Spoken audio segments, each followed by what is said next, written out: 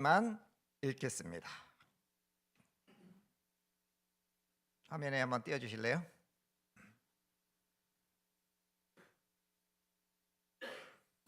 자, 제가 한 절 읽을 테니까 여러분이 그 다음 절을 읽고 서로 번갈아 보면서 읽겠습니다. 자, 시작. 에웃이 죽으니 이스라엘 자손이 또 여호와의 목전에 악을 행하매 여호와께서 하솔에서 통치하는 가나안 왕 야빈의 손에 그들을 파셨으니 그의 군대 장관은 하롯셋 학고임에 거주하는 시스라요.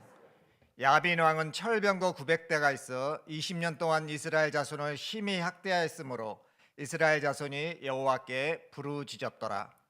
그때 라피도스의 아내 선지자 드보라가 이스라엘의 사사가 되었는데 그는 에브라임 산지 라마와 베델 사이 드보라의 종려나무 아래 거주하였고 이스라엘 자손은 그에게 나아가 재판을 받더라. 드보라가 사람을 보내어 아비노아미의 아들 발락을 납달리 게데스에서 불러다가 그에게 이르되 이스라엘의 하나님 여호와께서 이같이 명령하지 아니하셨느냐?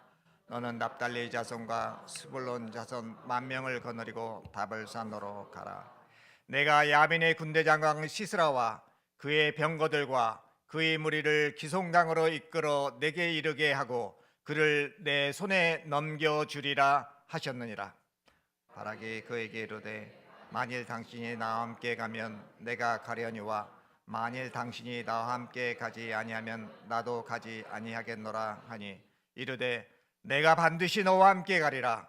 그러나 내가 이번에는 가는 길에서는 영광을 얻지 못하리니 이는 여호와께서 시스라를 여인의 손에 파실 것임이니라 하고 드보라가 일어나 바락과 함께 게데스로 가니라. 바락이 스불론과 납달리를 게데스로 부르니 10,000명이 그를 따라 올라가고 드보라도 그와 함께 올라가니라. 아멘.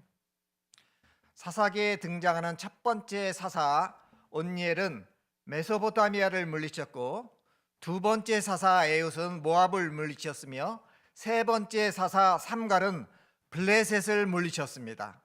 삼갈 이야기는 사사들 가운데서 가장 짧은 한 구절로 되어 있습니다. 한번 읽어볼 거예요.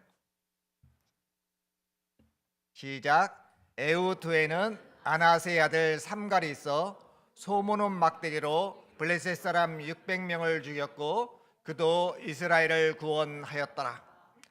삼갈 이야기 끝. 없어요. 이게 끝이에요. 오늘 저는 사사기 4장과 5장을 통해서 네 번째 사사 드보라 이야기를 들려드리겠습니다. 4장은 이야기체 형식으로 되어 있고 5장은 승리 후에 부르는 승정가 형식으로 되어 있습니다. 즉 노래라는 것이죠. 오늘 이야기에 등장하는 가나안 왕 야빈은 갈릴리 북쪽에 있는 하솔을 중심으로 나라를 다스리는 왕입니다. 여호수아서 11장에 의하면 여호수아가 가나안 북부 지역 정복 전쟁을 할 때 그 당시 하솔을 다스리던 옛날 왕 야빈이 이웃 도시국가 왕들과 동맹을 맺어서 이스라엘을 저지하려다가 여호수아에게 패합니다. 가장 강한 도시국가였던 하솔의 백성은 전멸을 당하고 성은 불에 탔으며 폐허가 되고 말았습니다.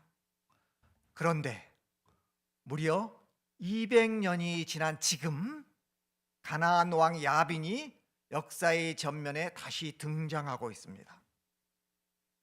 어떻게 옛날 야빈이 다시 야빈이 됩니까? 옛날 왕과 이름이 같기 때문에 영어식으로 얘기하면은 야빈 주니어라고 불러야 합니다. 이름이 같아요. 1절, 2절을 보니까 한번 야빈이 등장하는 장면이 나오는데요. 같이 한번 읽겠습니다. 시작. 에웃이 죽으니 이스라엘 자손이 또 여호와의 목전에 악을 행하매 여호와께서 하솔에서 통치하는 가나안 왕 야빈의 손에 그들을 파셨으니 그의 군대 장관은 하롯셋 학고임에 거주하는 시스라요. 지난번 저희 금요 예배 설교에서 우리가 살펴보았던 두 번째 사사 에웃이 살았을 때 80년간 평화의 시대가 있었습니다. 에웃이 죽자 멈추었던 악의 수레바퀴는 다시 돌기 시작합니다. 이스라엘 자손은 다시 여호와의 앞에서 악을 저질렀습니다. 즉 사람마다 자기 눈에 좋은 대로 악행을 했기 때문에 하나님은 가나안 왕 야빈을 이용하여 이스라엘을 20년 동안 징계하셨습니다. 이스라엘에 대한 하나님의 징계 기간이 점점 길어나고 있습니다. 메소포타미아 왕 구산 리사다임에 의해서 8년, 모압 왕 에글론에 의해서 18년, 그리고 가나안 왕 야빈에 의해서 20년간 고통을 당합니다. 우리가 하나님 앞에 죄를 계속 반복하면 우리를 괴롭혔던 원수는 다시 돌아오고 하나님의 징계 기간도 길어진다는 역사적인 교훈을 우리는 배울 수 있습니다. 야빈은 강력한 첨단 무기인 철병거 900대, 철로 된 마차식이죠. 앞에서 말이 끄는 그러한 철병거 900대를 앞세워서 이스라엘을 20년 동안 혹독하게 통치하며 자기 조상들의 원수를 철저하게 갚습니다. 가나안 족속은 철제 무기를 가졌지만 이스라엘은 당시에 청동기 무기밖에 없었습니다. 특히 적장 시스라가 이끄는 전차 부대 앞에서 이스라엘 보병 부대는 속수무책이었습니다. 그래서 시스라는 모든 사람에게 공포의 대상이었습니다. 사람들은 큰 길로 다니는 것조차 무서워서 오솔길로 다녀야 했습니다. 이 상황이 사사기 5장 6절에 이렇게 기록되고 있습니다. 사사기 5장 6절 아나스의 아들 삼갈의 날에 또는 야엘의 날에는 대로가 비었고 길이의 행인들은 오솔길로 다녔도다. 삼갈은 세 번째 사사였죠. 네, 갑자기 야엘이라는 여자가 등장하죠. 조금 있다 야엘이 나옵니다. 야엘은 드보라 시대 때의 여인의 이름입니다. 20년간 시달렸던 이스라엘 백성은 더 이상 견딜 수가 없어서 하나님께 구원하여 달라고 다시 부르짖습니다. 이때 하나님께서 응답하실 차례입니다. 이스라엘을 구원하기 위해 하나님께서는 여선지자 드보라를 쓰셨습니다. 드보라의 이름의 뜻은 꿀벌이라는 의미입니다. 자, 4절 5절을 함께 보겠습니다. 그때 라피도세 아내 여선지자 드보라가 이스라엘의 사사가 되었는데 그는 에브라임 산지 라마와 베델 사이에 드보라의 종려나무 아래 거주하였고 이스라엘 자손은 그에게 나아가 재판을 받더라. 드보라가 다른 사사들과 다른 점은 여선지자이며 재판관이라는 것입니다. 당시 문화에서 남성이 재판관이 되어 일을 한다는 것은 상상하기조차 어렵습니다. 그럼에도 불구하고 드보라는 재판을 아주 훌륭하게 잘 하였습니다. 오직 하면 재판 장소가 드보라의 종려나무라는 당대의 명소가 되었겠습니까? 오늘날로 하면은 관광지가 된 것입니다. 그녀를 만나려면 에브라임 산지에 있는 드보라의 종려나무만 찾으면 됩니다. 또 드보라는 여선지자로 하나님의 말씀에 대한 통찰력과 하나님으로부터 말씀을 받아 백성에게 전하는 임무를 가지고 있었습니다. 드보라가 그 이름 뜻대로 꿀벌같이 부지런히 자신이 맡은 일을 잘 수행할 수 있었던 것은 하나님의 영이 그녀와 함께하였기 때문입니다. 그녀의 말에는 남다른 권위가 있었습니다. 그러던 어느 날 드보라에게 하나님의 말씀이 갑자기 임했습니다. 말씀을 들은 드보라는 자신에게 맡겨진 새로운 임무를 시작합니다. 새로운 임무, 뉴 미션. 무려 300km나 북쪽으로 떨어져 있는 납달리 지파 지역인 게데스라는 곳에 사람을 보내어 아비노함의 아들 바락을 부릅니다. 바락의 뜻은 번개입니다. 권위자인 드보라가 자신을 부르자 바락은 그 길을 번개같이 달려왔습니다. 바락을 만난 드보라는 선지자답게 하나님의 명령을 그에게 전합니다. 하나님의 명령을 한번 같이 보겠습니다. 6절 7절 같이 읽겠습니다. 이스라엘의 하나님 여호와께서 이같이 명령하지 아니하셨느냐? 너는 납달리 자손과 스불론 자손 10,000명을 거느리고 다볼산으로 가라. 내가 야벤의 군대장한 시스라와 그의 병거와 그의 무리를 기송강으로 이끌어 내게 이르게 하고 그를 내 손에 넘겨주리라 하셨느니라. 자, 지도가 있는데요. 지도에서 보는 것처럼 바락이 거주했던 게데스는 저 북쪽에 있죠. 가나안 왕 야빈이 살고 있던 하솔, 그 밑에 하솔이 있습니다. 하솔과 가까운 지역입니다. 따라서 바락은 그곳의 지리와 가나안 왕 야빈과 그의 군대장한 시스라를 누구보다도 잘 알고 있었던 인물이었습니다. 바락은 이들과 싸우는 전쟁에 이스라엘의 총사령관으로 임명된 것입니다. 만약 당신이 바락이었다면 어떤 생각이 들었을까요? 나보고 적장 시스라와 싸우라고? 말도 안 돼. 우리는 청동무기밖에 없는데 적군은 철병거 900대나 가지고 있어. 지금까지 시스라를 이긴 군대는 없었어. 게다가 우리는 제대로 훈련받은 병사도 아니잖아. 만약 그와 전쟁한다면 우리는 전멸이야. 그렇다고 여선지자 드보라의 말도 무시할 수는 없는 것 같아. 하나님의 말씀이 그녀와 함께 하고 있는 것이 분명해. 그런데 만약 적장 시스라와 철병거 군대만 생각하면 정말 의시시해. 만약에 드보라가 나와 함께 전장터로 간다면 우리 병사들 사기도 오를 것이고 하나님도 우리 전쟁에 함께 하실 거야. 마침내 바락은 꾀를 내어 전쟁터에 드보라가 동행해 달라고 요구합니다. 8절 만약 당신이 나와 함께 가면 내가 가려니와 만약 당신이 나와 함께 가지 아니하면 나도 가지 아니하겠노라. 드보라는 하나님에게 자기도 전쟁터에 가야 할지 물어보고 나서 바락에게 대답합니다.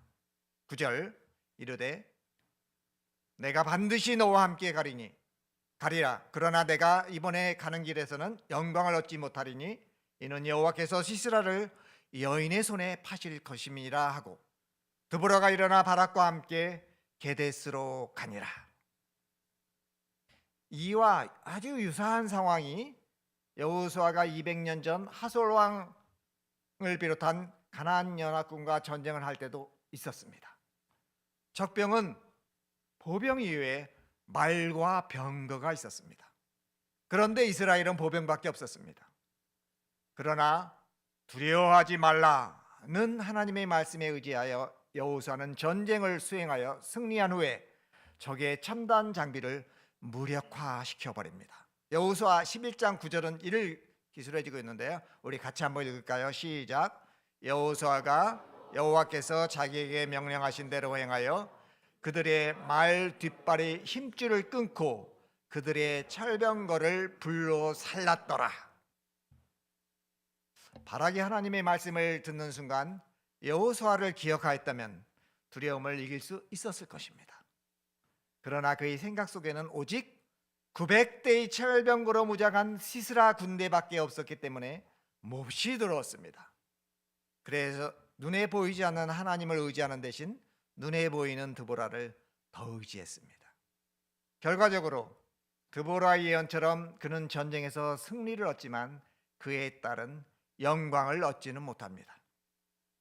두려움을 이기는 방법은 보이지 않는 하나님을 눈에 보이는 자보다 더 신뢰하는 것입니다. 히브리 기자는 말합니다. 믿음이 없이는 하나님을 기쁘게 할 수 없습니다. 드보라가 동행한 전투 장면을 보면은 바락은 산 위에 진을 치고 시스라는 강가에 진을 칩니다. 자, 이 장면을 한번 읽어볼까요? 시작. 바락이 스불론과 납달리를 게데스로 부르니 만 명이 그를 따라 올라가고 드보라도 그와 함께 올라가니라. 아비노함의 아들 바락이 다볼산에 오른 것을 사람들이 시스라에게 알림해 시스라가 모든 병거 곧 7병거 900대와 자기와 함께 있는 모든 백성을 하루세 탁고임에서부터 기손강으로 모은지라. 다볼산의 높이는 600m 정도 됩니다. 불암산보다는 높고요, 수락산보다는 낮습니다. 전차 부대가 접근하기 어렵지요. 대치 국면이 며칠간 지속되다가 드디어 바락과 시스라 사이에 전쟁이 시작됩니다. 전쟁 장면을 제가 읽겠습니다. 자, 14절부터 16절까지. 드보라가 바락에게 이르되 일어나라, 이는 여호와께서 시스라를 내 손에 넘겨주신 날이라. 여호와께서 너희 앞에 앞서 나가지 아니하시느냐 하는지라. 이에 바락이 10,000명을 거느리고 다볼산에서 내려가니 여호와께서 바락 앞에서 시스라와 그의 모든 병거와 그의 온 군대를 칼날로 혼란에 빠지게 하시매 시스라가 병거에서 내려 걸어서 도망한지라. 바락이 그의 병거와 군대를 추격하여 하루세 닥고임에 이르니 시스라의 온 군대가 다 칼에 엎드러졌고 한 사람도 남은 자가 없었더라.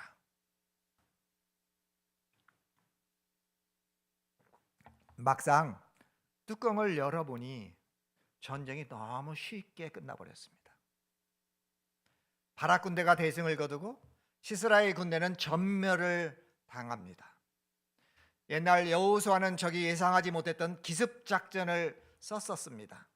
그런데 오늘 전쟁은 양측이 만반의 준비를 하고 정식으로 싸운 전쟁입니다. 그런데 어떻게 철병거로 중무장한 막강한 시스라의 군대가 제대로 훈련도 받지 않은 이스라엘 군대에게 전멸당하는 지경에까지 이르게 되었을까요?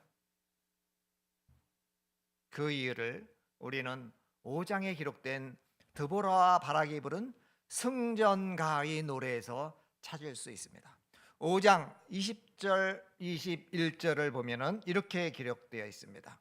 이거는 노래이기 때문에 우리 찬양대가 이걸 사실 해야 돼요. 노래식으로 불러야 됩니다. 근데 같이 한번 자연스럽게 읽어보겠습니다. 읽는 식으로 시작.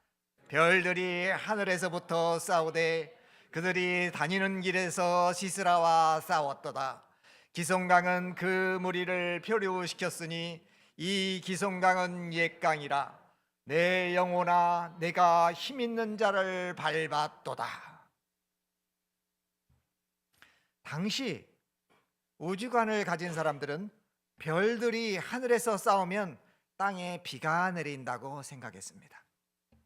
따라서 이 구절은 하나님께서 시스라의 군대 앞에서 일으키신 바람과 벼락, 폭풍우와 천둥으로 인하여 원수들이 진멸하게 된 것이라고 해석됩니다.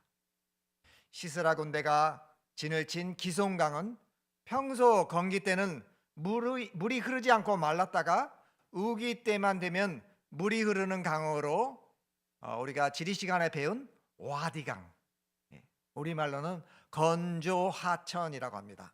이런 강의 특징은 큰 비가 내리면 쉽게 홍수가 납니다. 우리나라 집중호우를 상상하면 이해하기가 쉽지요.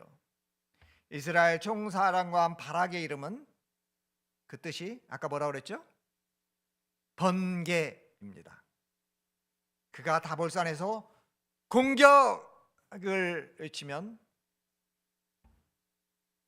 군대들이 벌떼처럼 무리를 지어 번개처럼 산 아래로 진격을 시작할 때 산 아래 평지 지역인 기송강가에서 갑자기 비가 세차게 내리기 시작합니다.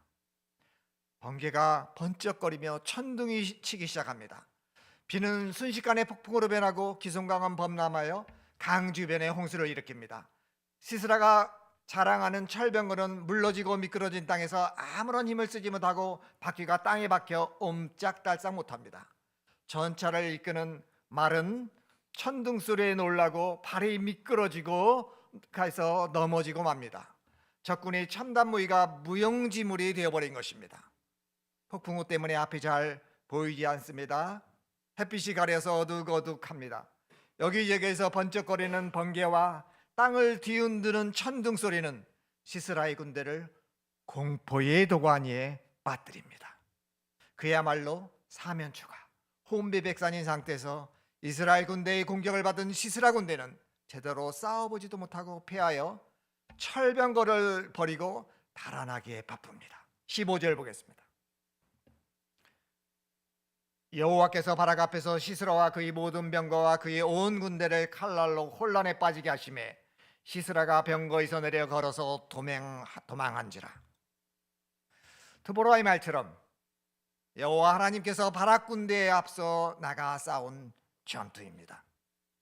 하나님의 생각은 인간의 생각과 다르며 하나님의 방법은 인간의 방법과 다릅니다. 우리는 자주 하나님께 하나님 꼭 이렇게 해주세요 라고 기도합니다. 내가 이미 정해놓은 방법에 하나님 예스를 해주세요 하고 그의 허락만 바라는 경우가 많습니다. 그러나 진정한 승리의 비결은 제가 하나님의 방법을 따를게요 라고 고백하며 하나님이 마련하신 방법을 따르는 것입니다.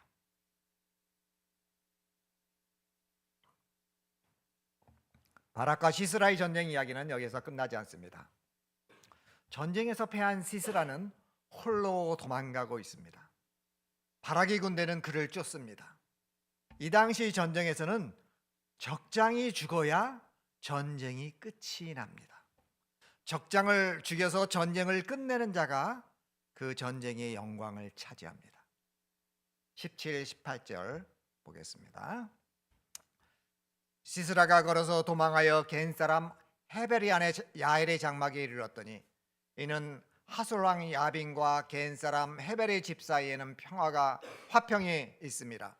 야엘이 나가 시스라를 영접하며 그에게 이르되 나의 주여 들어오소서, 내게로 들어오시고 두려워하지 마소서 하매 그가 그 장막에 들어가니 야엘이 이불로 그를 덮으니라. 시스라는 숨을 헐떡거리며 걷다가 겐 사람 하베리안의 야엘의 장막에 도달합니다. 야엘의 의미는 산양이라는 의미입니다. 여러분 사냥 아시죠? 산에 사는 양? 가나안 왕 야빈과 겐 사람 하벨 사이는 평화로운 관계를 맺고 있었습니다. 시스라도 이를 알고 있었습니다. 그런데 하필이면 하벨이 출타 중이었고 그의 아내만 장막에 있었습니다. 시스라가 전쟁에 패하고 부랴부랴 걸어서 도망치는 중이었는데 그의 몰골이 어떠했을지 상상이 됩니다. 목마르고 탈진하여 떨리는 목소리로 물을 달라는 시스라에게 야엘은 우유를 마시게 하여 깊이 잠들게 합니다. TV 광고에서 자주 나오는 사냥류를 준 것입니다. 21절 읽겠습니다. 자, 같이 한번 읽어볼까요? 시작.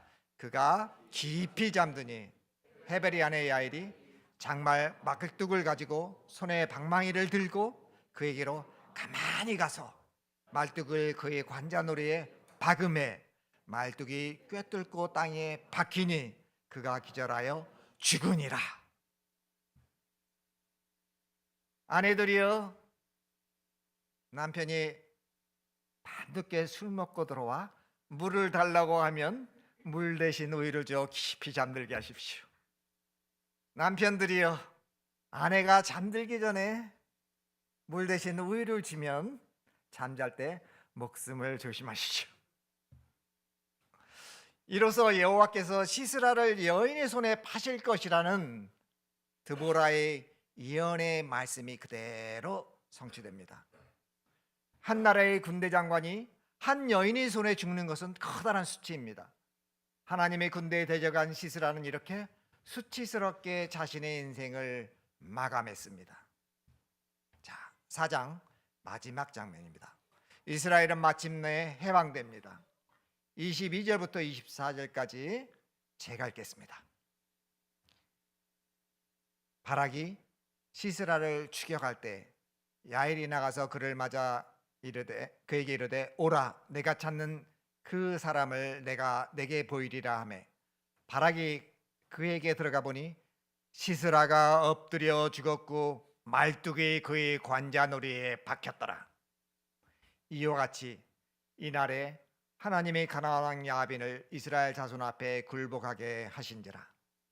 이스라엘 자손의 손이 가나안 왕 야빈을 점점 더 눌러서 마침내 가나안 왕 야빈을 진멸하였더라. 적장 시스라를 죽인 이방 여인 야엘은 어떻게 되었을까요?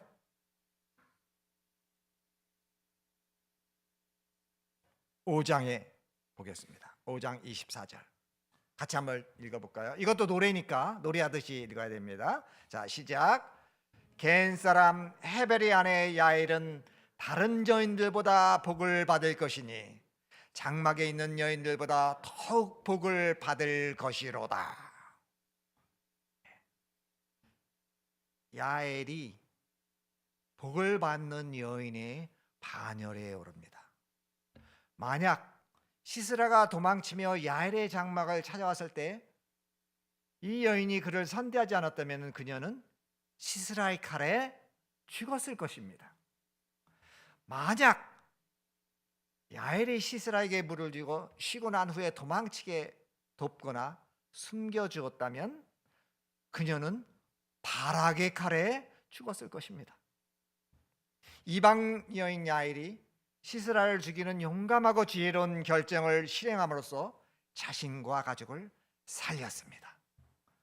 그녀는 전쟁의 종지부를 찍는 영광을 차지합니다. 여호수아에서 등장하는 기생 라합이 가졌던 용기와 지혜를 야엘도 가졌습니다. 이 여인들은 비록 이방 여인이었지만 하나님의 구원 계획에서 귀하게 사용되었습니다. 하나님은 사사기 4, 5장에서 여인천하 드라마에서 나올 법한 용감무쌍한 여인 드보라와 야엘을 사용하여 가나안 왕 야빈과 군대 장관 시스라의 손에서 이스라엘을 구원하셨습니다. 이러한 여인들은 무더운 한여름의 냉수처럼 하나님의 마음을 시원하게 합니다. 하나님은 이스라엘 백성이 신음하며 기도하는 소리에 응답하여 구원 계획을 기획하시고 연출하셨습니다. 드보라를 통해 구원을 시작하셨고 바락을 통해 구원을 진행하셨으며 야엘을 통해 구원의 마무리를 하셨습니다. 이 등장인물들이 연주한 승리의 삼중주가 여러분이 오늘 밤 들은 네 번째 사사 드보라 이야기입니다. 특히 드보라는 사사기에 등장하는 12명의 사사들 가운데서 예언자, 구원자, 심판자로서의 예수님의 모습을 가장 잘 반영하고 있는 사사입니다. 에필로그는 요즘 드라마 보니까 다 끝나고 에필로그 해가지고 나오더라고요. 끝말이라는 뜻입니다. 저도 에필로그를 이렇게 구성해봤습니다. 하나님의 구원 계획에 참여한 여인을 아내로 둔 드보라의 남편 라피돗과 야엘의 남편 헤벨도 그 이름이 성경에 기록되어 대대로 기억되는 영광을 얻었습니다. 여인천하 주연들의 남편이 덕을 본 경우입니다. 여러분의 배우자가 명예를 얻으면 여러분도 명예롭게 됩니다. 하나님께서 여러분의 배우자를 불러 하나님의 계획 가운데 쓰시겠다고 하면 기뻐하십시오. 명예롭게 잘 쓰임받을 수 있도록 중보기도 하고 격려하면서 여러분이 감당해야 할 몫을 잘 감당하십시오. 그러면 여러분도 라피돗이나 헤벨처럼 하나님의 대본에 기록되는 영광을 누리게 될 것입니다. 기도하겠습니다. 만군의 여호와 하나님, 이 밤에 주님께서 앞장서서 싸우신 전쟁 이야기를 통해 드보라와 바락과 야엘의 삼중지를 들려주시니 감사합니다. 주님, 저희가 하나님의 목전에 습관적인 악을 범하지 않도록 도와주십시오. 저희가 대적의 철병거만을 보고 두려워하는 마음을 하나님을 신뢰하는 믿음으로 극복하게 하옵소서. 전쟁터 같은 저희들의 삶의 현장에서 나의 방법이 아니라 하나님의 방법을 따르게 하여 주시옵소서. 이것이 승리의 비결이요 지혜임을 깨닫고 명심하게 하옵소서. 예수님 이름으로 기도합니다. 아멘.